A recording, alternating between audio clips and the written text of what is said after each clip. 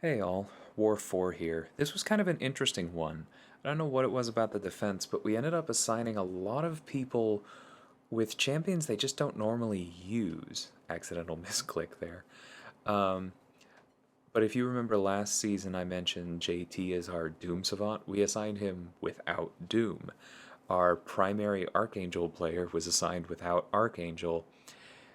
It's just kind of, it was interesting, but I'm really happy to be in a battle group that has the flexibility to take non-standard assignments like that and roll with it, and also where everyone has the attitude where I think we talked over every single person's assignments to make sure that we were in a good place and even had to make a couple important changes. So it was really nice to see that. Now, this is going to be a fairly long fight. The core of the strategy is land a lot of heavies. That can be off of the shock that he places, that can be parry heavy, that can be countering his special one with a heavy, as right there. We can counter his heavy with a heavy. It really doesn't matter. We just want to keep him armor broken so that we're not taking a ton of reverb. Also, because he still gains his power from an inflicted debuff when he gets armor broken, unless he's already armor broken when that happens, we're not going to have much trouble giving him power and therefore gaining power and throwing specials to deal with strike counter and power struggle. The problem is that Killmonger has crit resistance, Doom has a very low crit rate. We are not going to be using the special 3, so we're not going to have access to the large fury. And we're just going to be giving him a lot of willpower healing pretty much the entire time. So it's going to be slow. But as long as we're cool with that, there's really not a whole lot going on here. I think I was considering taking the next node with Doom. There's an apocalypse, and I had even written down either Doom or Reed. We'll talk about that when we get there. But other than that, I have no other Doom fights on the map. And so I wasn't really worried. I mean, the boosts that I was using were going to carry on to the next fight, but nothing else really mattered. Didn't have to worry about healing him up. Didn't have to worry about timing, really. I mean, this is not ideal, but we are 2 minutes in and he's about halfway down. That is slow, and this would have been a huge issue in the old days of 3 minute timers, but that is still significantly on pace. I'm not really worried here about him, suddenly dramatically changing his AI and me timing out. I think it's possible that I got a little bit bored with this fight, though, because you're about to see it get a little bit sloppy. I think I was Yeah, I think that's what it was. I was trying to do some fancy stuff with Power Steel, where maybe I would bring him down below a bar and then hit him with a medium to take him back over a bar. I've done that with Warlock before. It can be fun to cheese Power Struggle, and if you do it properly, then you can end up having your opponent at only 1 bar of power while you have like 3. And that would have closed this out really nicely. But I probably should have just stuck to the game plan, because when I was sticking to the original game plan, I was not eating combos and specials. Luckily, though, Doom is a tank. Killmonger can only bleed you on a crit. Doom has high crit resistance. Pretty safe, even with the 3 Furies he has. So I'm going to end with a bit lower health, but not much to see here. If you end up taking this, my advice would be that, like I said, you have enough time in the 5 minutes to just get him down that way. Stick to the game plan. Don't do anything fancy. Don't be silly like I was. But we should be getting there pretty quickly. Yeah, I think this will do it. So after that, I was like, I'm not really feeling super on top of Doom with strike counter today. Like, I know he's actually great for it, especially if the opponent has buffs, but even if they don't, he's quite good for the node, just the natural way his playstyle works and the fact that he can power steal. But I just wasn't feeling it.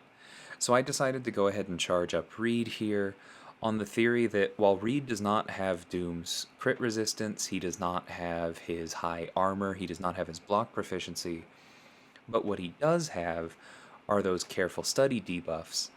And so by the time Apocalypse throws his third special 3, the his third special 1, good lord, a third special 3 would be awful. By the time Apocalypse throws his third special 1, the damage of it will be reduced 75%, and then we can lean on the fact that Reed is going to evade some of the beams, and he has built-in physical and energy resistance, and I'm just not worried about taking that much damage.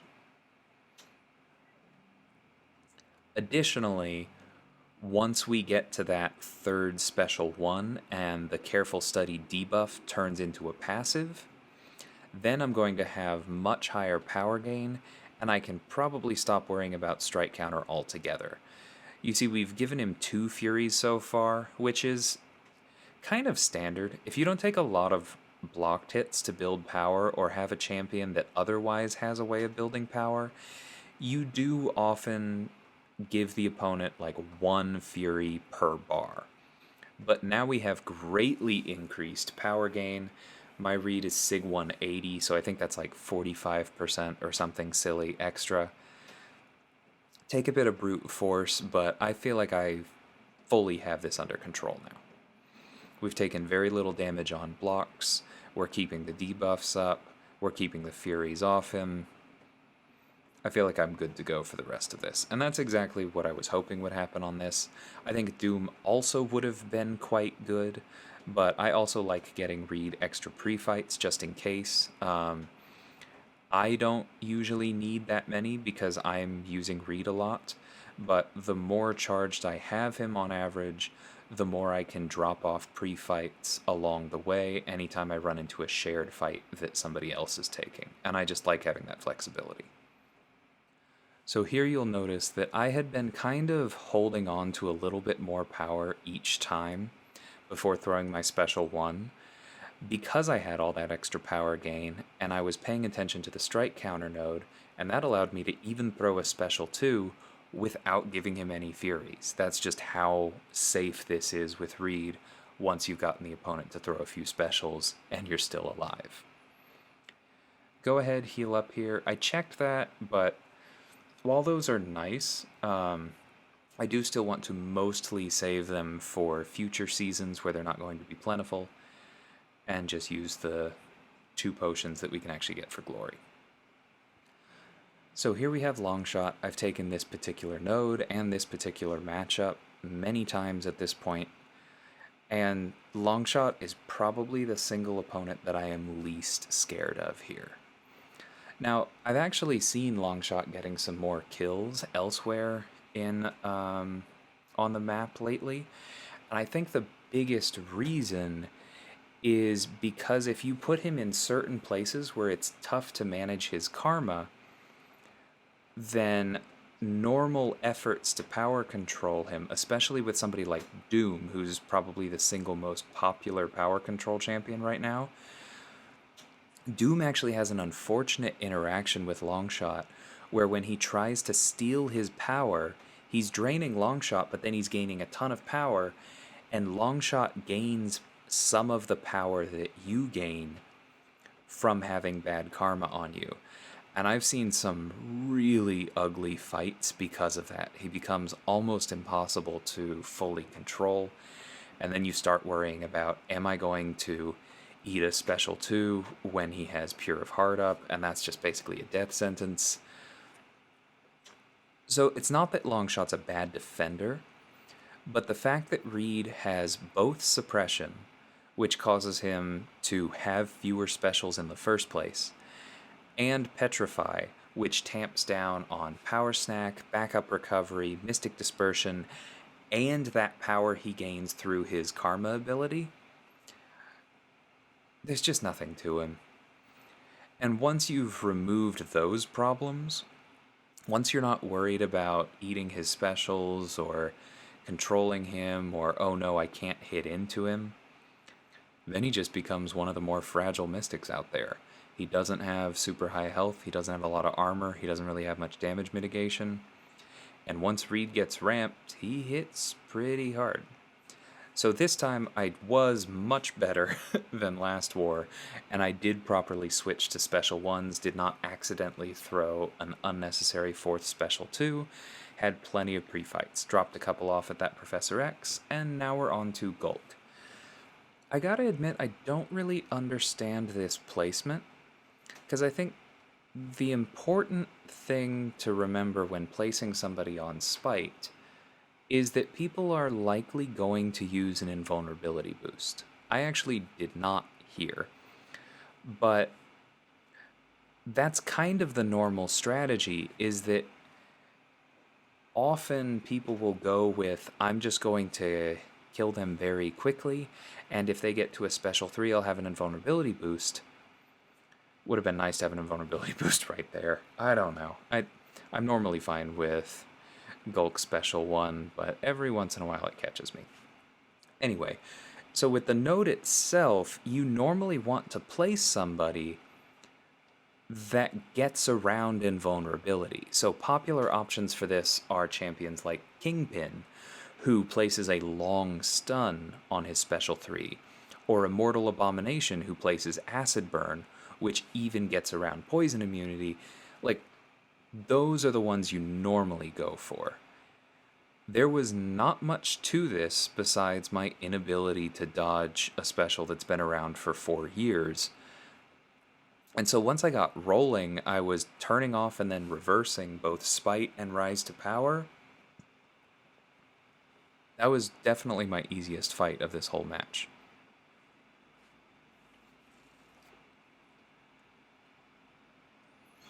I don't know why I'm accidentally clicking on the unit store so much today. But next up we have, I think, my only torch fight this war, and the reason I brought him. This particular node caused a death or 2 for me last season, I think. And one of them I misremembered that I had used Reed and that it was safe, and it just was not. So now I'm back to doing it the proper way and using Reed's pre-fights, but actually using Torch to make sure that Aspect of Evolution doesn't just make him worse and worse and worse as we go. So we are going to knock him down when it makes sense, but we're not really going to worry about that. The main thing we want to do with knocking him down is keep the debuffs on, because Petrify especially is allowing us to block him without seriously regretting it. Now, I've also mentioned before, you can throw a heavy after his heavy, and Torch is one of the few where it will connect. I don't know, I just wasn't feeling fancy today. I felt like the fight was moving at a good enough clip that I just didn't need to worry about that. So there, I pushed him to his special 2, but I actually prefer that, because as much as it hurts through block, the alternative was him throwing a special 1 while I had a Fury or a Precision up, and then he would have degened me. He'd gained enough bars of power, his attack was pretty high. That would have been ugly. I could have lost maybe up to half my health. Now, this is my only torch fight, so I would have accepted the price of half my health, but only losing like a third from blocking a special is still better in case something else goes wrong. So we have Sorcerer here. I've taken Sorcerer with Reed on node 54, where she has the extra power gain.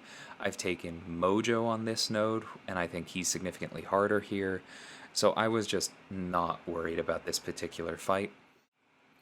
Often when Sorcerer fights get out of hand, what happens is that she throws your special 1, and for some reason, like Kinetic Transference, you go, oh, I don't want to block the whole thing, I need to, back out of it.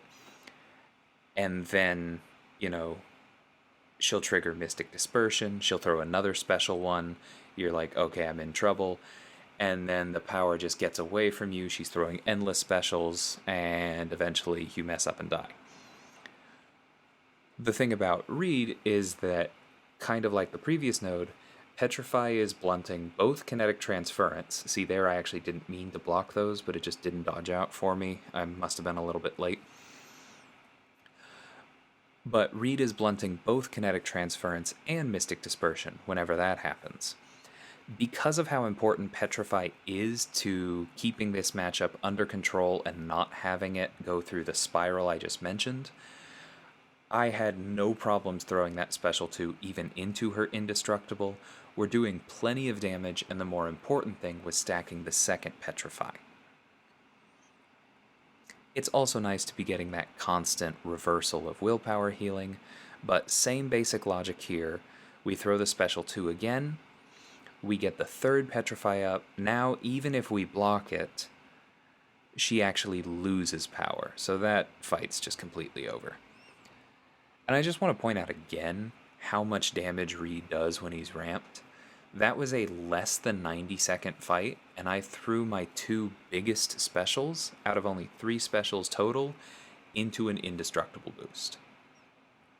Really nice when he works out that way. So now we have Doom on 54, the Power Gain Special 2 mini. It's not a bad placement, but because he does not have any power gain of his own outside of Mystic Dispersion, this is a much easier fight for Reed than Sorcerer is here, so I had no hesitation about using him. That said, I haven't taken it before, and Aspect of Evolution is annoying, so I wanted to go ahead and start with that power boost and just get him locked down that much faster. Now, we are going to be taking a fair amount of block damage, but this is the last fight I'm taking with Reed. I am also intentionally not dodging the specials, just because if he's running max Mystic Dispersion, I haven't fully locked things down yet. I don't really want to deal with that. Plus, it's kind of fun to see Reed just evade a special without you doing anything and without needing to trigger dexterity. So there we go. Before he throws his second special, we've already thrown our second special 2. We've gotten 4 bars of power in the time it took him to get 2, and I don't think, we're not reversing power gain, because the node gives, I think, 100% extra, so if he were to trigger Mystic Dispersion now, he would get 80% of what he normally does, because 200% minus 120. Similarly, Aspect of Evolution means that his combat power rate is significantly higher than normal, so the suppression, taking it down 75%, is still leaving him with a fair amount. But that's not a problem, because he's just going to throw another special 1, now we have the passive up, now we're throwing a special 3 when he has 12 debuffs on him, and we're just going to do a ton of damage.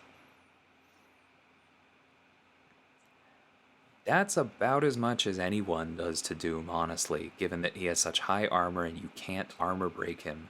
Short of having True Strike, that's a solid special 3. So now we're going to go ahead and just cycle the special 1s, because it'll probably kill him, and it does. Gonna drop some pre-fights on the boss for Strands, because he's taking out another Mojo with Spider-Man 2099, and we are done. Pretty good war overall, leaning heavily on Reed as usual. You may have also seen Slay pop up earlier in the chat to try and get a spot in the limelight. I thought that was funny. But we actually got another donut on this one. Like I said, it was a weird map for us. A lot of people were taking fights with champions they aren't used to using in war, or at least haven't in a while. But we talked through everything, we had a good plan, and everybody executed really well. Boosted up appropriately, did their duels, got that 165. And thankfully, we also ended up winning the overall war. I don't think the other battle groups donutted, but they did very well, so this was a good one for us. This, to me, feels really promising for us, because around this point in the season is normally when we have historically started getting a little more consistent, and so this performance seems really promising. We'll see who we go up against next. There are still a lot of really good alliances out there, including some that consistently do better than us. But all we can do is our best. We are in Tier 1. We worked really hard for that. And I think we're set up well this season. So I hope you guys enjoyed this. One thing I am going to say is, if you haven't yet, check out Campo's channel. He had a really nice ghost fight this war. And check out Sleimon's channel. He has fantastic Omega Red gameplay. This war he actually did not bring Omega Red at all. Like I said, kind of a weird one. But I'm sure there are some good ones that he's going to enjoy talking through on that. I will link both of those in the description. And I will catch y'all next time. Take care.